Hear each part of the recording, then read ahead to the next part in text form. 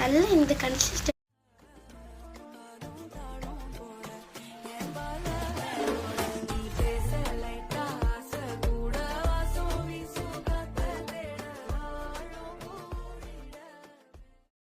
Hi friends, welcome to Ishaan TV.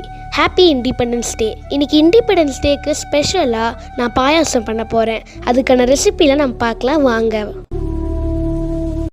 1/2 litre பால் எடுத்து நல்லா காய்ச்சிக்கோங்க. அடுத்தது ஜவ்வரிசியும் சேமியாவும் எடுத்துக்கோங்க. அடுத்தது அந்த ஜவ்வரிசியை நீங்கள் பேனில் போட்டு நல்லா சாட் பண்ணிடுங்க.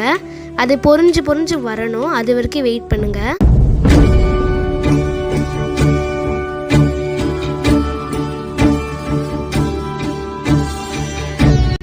ஒரு பாத்திரத்தை தண்ணி ஊற்றி வறுத்த ஜவ்வரிசி அதில் போட்டு அதுக்கப்புறம் சேமியாவும் அதில் போட்டுருங்க.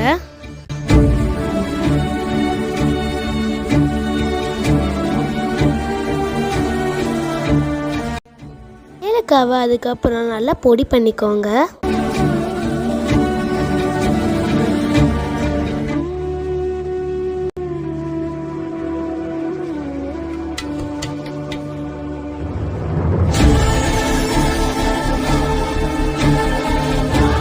அதுக்கப்புறம் பாயாசம் இந்த கன்சிஸ்டன்சியில் வரணும். அதுக்கப்புறம் நீங்கள் கொஞ்சோண்டு சுகர் மட்டும் ஆட் பண்ணிக்கோங்க அதில். அதுக்கப்புறம் ஒரு பேன் எடுத்துகிட்டு அதில் கீ போட்டுக்கோங்க. அப்புறம் முந்திரி, திராட்சை இதெல்லாம் போட்டுக்கோங்க.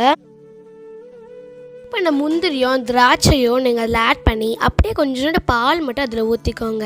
இப்போ இது எல்லாத்தையும் மிக்ஸ் பண்ணிங்கன்னா உங்கள் பாயாசம் ரெடி ஆகிடும்.